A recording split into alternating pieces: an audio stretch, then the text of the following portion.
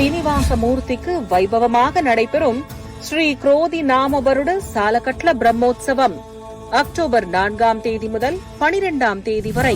மாண்ட நாயகனின் பிரம்மோற்சவம், பிரம்மாதி தேவர் தொழும் பிரம்மோற்சவம், தேவியர் உடன் வர யாவரும் உருகிட மன்னவள் எழிற்கோலம் மலை மீதுதான் பக்தர் கொண்டாடும் புனிதோற்சவம், பூமி காணாத புகழோற்சவம், முக்தி நலம் கூட்டும் அழகோற்சவம், மோட்ச வழி.